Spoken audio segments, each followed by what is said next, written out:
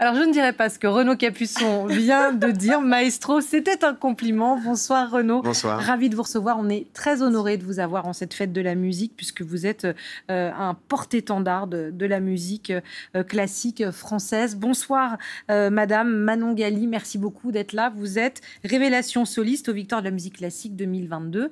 Et le lien aussi qui est entre vous, Isabelle va nous l'expliquer. Et ce merveilleux plateau, c'est Isabelle qui nous l'a concocté, notre agenda et nos invités culturels du mardi. Absolument, on connaît évidemment Renaud Capuçon, ses succès, ses tournées, ses albums. Et voilà qu'il décide de se lancer dans la production de jeunes talents. Cette société s'appelle Beausoir Productions. C'est quelque chose qui se passe souvent en musique pop, mais pas forcément en musique classique. Renaud, qu'est-ce qui vous a donné envie de vous lancer dans l'aventure ? Plein de choses. D'abord, je joue avec des jeunes depuis très longtemps, avec des jeunes et avec des moins jeunes. Et puis, je pense que c'est la période du Covid, on a tous eu quand même pas mal de temps pour réfléchir. On a vu aussi ce qui fonctionnait, ce qui ne fonctionnait pas. J'ai vu les limites de plein de choses, des agents. Vous avez été très présent sur les réseaux aussi pour faire vivre la musique. J'ai essayé de monter des choses. Et de là est venue cette idée et on a créé, en association avec Banijay, cette société de production. On va produire des concerts, on va surtout épauler les jeunes, les conseiller, les aider. On va pouvoir aussi avoir le rôle d'agent. On est capable d'être agent. Alors, moi, je suis pas... Je n'ai pas la main là-dedans, bien sûr. Il y a 2 salariés qui vont s'occuper de ça. Et moi, je sers à ouvrir les portes, à parler d'eux. Et quand on voit des gens comme Manon, comme les autres jeunes dont on s'occupe, c'est assez réjouissant de pouvoir en parler, de faire en sorte que ça aille un peu plus vite pour eux. C'est leur faire de la courte échelle, en fait. Vous vous occupez actuellement de 6 jeunes que vous avez invités à être accompagnés. Comment vous faites votre sélection ? Parce qu'il y a beaucoup de jeunes talents. Oui, mais vous savez... on m'a dit il n'y a pas 30 ans, mais vous faites un concours. Non, la question ne se pose pas. Ce sont des jeunes que je connais, avec qui j'ai joué, que j'ai entendu. Et quand vous partagez la musique, quand vous êtes sur scène avec un jeune musicien, vous savez immédiatement à qui vous avez affaire. Vous savez tout de suite, on est dans une sorte de je dirais presque qu'on se renifle, on se sent. Donc quelqu'un qui aurait énormément de trac, qui serait pas capable d'assumer, ou quelqu'un qui serait super prétentieux et qui n'écouterait pas les autres. Enfin, on le sait tout de suite. Alors, donc, il y a une sélection qui se fait naturellement, comme ça. Nous, on sait aussi que c'est super quand on vous écoute, donc on vous écoute.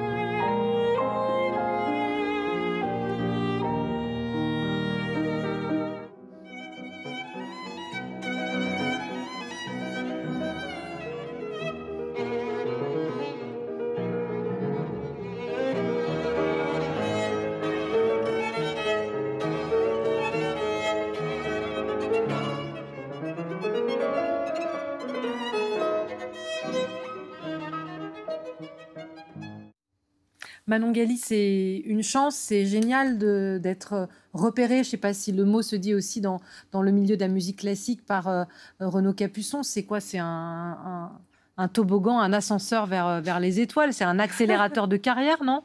C'est exactement ça, c'est une très très grande chance et je pense que beaucoup de jeunes ont du talent, beaucoup de jeunes travaillent et puis il y a cette petite part de chance qu'on ne contrôle pas toujours. Et puis voilà, moi je suis tombée sur son chemin ou il est tombé sur le mien, je ne sais pas trop comment. Mais voilà, j'ai beaucoup de chance et les gens comme lui dans ce milieu-là sont rares, vraiment. Ça vous a fait quoi quand il vous a proposé? Vous avez dû quand même halluciner, non? N'exagérez pas quand même. Mais non, mais il y a tellement de musiciens. Oui, c'est sûr. Comme je viens de le dire, je me suis sentie très chanceuse et puis bon...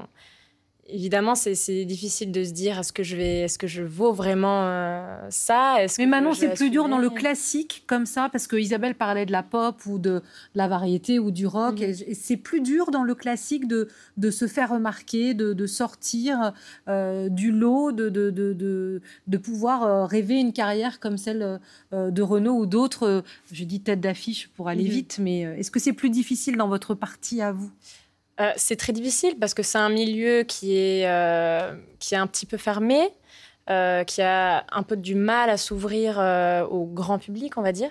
Et Renaud a ce talent de savoir je dirais pas vulgariser, mais de savoir parler à tout le monde avec son violon, avec sa musique. Et je pense que c'est un exemple que j'aimerais suivre et que beaucoup de jeunes aimeraient suivre. Et donc voilà, mais c'est sûr que dans le milieu de la musique classique, c'est difficile de toucher beaucoup. Je pense que c'est inhérent à toutes les professions. Ce qui est important dans le rôle de cette petite société, c'est aussi de les conseiller. Et il y a plein de questions qui se posent. D'être comme un agent un peu ou pas? Non, mais c'est pas vraiment un agent, mais il y a plein de questions qui se posent. Par exemple, tout ce qui est utilisation des réseaux sociaux. C'est très compliqué, je trouve, aujourd'hui, quand on est un jeune. Il voit certains musiciens qui sont formidables, qui jouent très bien et qui font n'importe quoi sur les réseaux sociaux, d'autres qui sont géniaux, qui ne sont pas présents du tout sur les réseaux sociaux, et d'autres qui sont très mauvais et qui sont très présents sur les réseaux sociaux. Mais vous dites que ça fait partie aujourd'hui d'une trajectoire de communication pour un musicien classique, ce qu'on ne se dit pas forcément comme ça au débeauté. On peut pas vivre au XXIe siècle aujourd'hui en se disant j'ai envie d'avancer dans la vie et faire totalement abstraction de ça. Même quand on est violoniste classique. Oui, je pense qu'il faut s'en servir intelligemment. C'est un moyen extraordinaire. Regardez ce qu'on a pu faire pendant le confinement avec ces petites vidéos tous les matins. C'est grâce aux réseaux sociaux. Donc, on s'est rendu compte que ça pouvait être positif. Maintenant, le danger pour ces jeunes, c'est de ne pas savoir où est la frontière, où est la lumière rouge entre le narcissisme gratuit, la façon de se montrer en permanence, et en même temps, l'opposé qui serait d'être totalement timide. Et ne pas... Donc, il y a tous ces aspects-là qui sont super importants. Et moi, je veux être un peu un guide. Et quand on me dit « vous êtes une star », moi, j'aime pas le mot star. Je préfère le mot phare. Parce qu'un phare, ça éclaire et ça rassure. Et l'étoile, alors c'est très joli une étoile, hein, mais souvent, quand on parle de quelqu'un qui est une star, c'est une star, et puis ça disparaît ensuite. Et moi, j'ai envie de rester longtemps.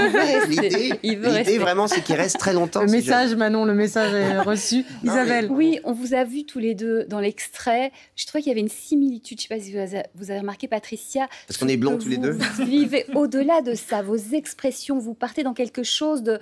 On dirait que vous êtes en transe. Qu'est-ce que vous vivez à ce moment-là? On a envie d'être dans votre tête, dans votre cœur, ressentir. Ça a l'air dingue. Bah, c'est complètement fou. Je sais que, pour moi, chaque concert, j'en fais de plus en plus. J'en fais pas du tout autant que Renaud pour le moment. C'est beaucoup déjà. Oui, mais quand même pas comme ça. Mais à chaque fois, c'est un moment très, très fort. Alors évidemment, certaines fois, on est un petit peu moins dedans. Et puis certaines fois, ça dépasse tout. Mais voilà, moi, je suis beaucoup plus à l'aise en parlant avec mon instrument qu'en parlant comme ça, tout court. Et on est totalement nous-mêmes, je pense, à ce moment-là. Il y a plus on pense pas aux autres, au jugement. Non, c'est vrai que on fait un métier de rêve. Moi, je sors de scène, là, j'ai joué tout à l'heure. On vit à chaque moment sur scène des moments uniques qu'on partage avec le public. Et ce qui est génial, c'est que avec ces jeunes et quelques autres qui vont s'adjoindre, on partage la musique ensemble. Parce que c'est pas juste de les faire jouer, on joue ensemble. Donc moi, je joue avec eux. L'année prochaine, on va jouer en quintette. C'est moi qui vais faire le second violon. Donc c'est vraiment, je les mets en valeur le plus possible. C'est pas les faire jouer en première partie. C'est vraiment, on joue ensemble. Donc moi, on va dans des scènes internationales ensemble. Ce que j'entends dans ce que vous dites, ce que je trouve assez beau et généreux, c'est quand même l'envie de partager, l'envie de transmettre votre héritage, votre expérience, votre expertise, et de créer, je ne veux pas dire filiation, ça ne veut rien dire, mais enfin de partager, de transmettre, et qui est un héritage, c'est un grand mot. Non, mais l'essentiel de la musique, c'est ça. La musique, c'est du partage. D'abord avec les partenaires sur scène et puis avec le public. Si vous n'êtes pas dans le partage, c'est assez stérile. Oui, mais avec ces jeunes, c'est intéressant de se dire je choisis des jeunes, je les mets en valeur et je partage avec eux. Moi, il n'y a rien qui me fait plus plaisir que ça. Mais il y a ça aussi dans la démarche. Bien sûr. Bien sûr, et j'apprends énormément en leur contact, comme avec mes élèves à Lausanne. Je trouve que, et tu verras quand tu seras toi-même un peu plus grande. C'est pour pas dire quand tu auras mûri. Vieille. Non, mais c'est un immense bonheur. Et moi, j'ai eu la chance, à leur âge, de partager la musique avec des gens beaucoup plus âgés. Et c'est une chose ça paraît idiot à dire, mais je pense que dans la vie, on met trop souvent de côté aussi les personnes âgées. Moi, j'ai un immense respect pour tous les anciens, et je trouve que si j'étais à la tête d'une grande entreprise qui ne fait pas du tout de musique, je mettrais beaucoup plus en valeur les anciens, parce que je pense qu'on peut apprendre énormément d'eux. En attendant, vous allez mettre en avant et en valeur les jeunes, puisque cet été, vous serez en concert avec, pour l'instant, il y a 6 jeunes que vous accompagnez donc, dans le Sud. Vous aurez aussi vos concerts à vous avec votre album Un violon à Paris. Merci d'être venu, c'était un bon moment. Merci beaucoup. On va se retrouver sur plein d'endroits magnifiques comme la Roque d'Anteron, le festival de Berlioz. C'est magnifique.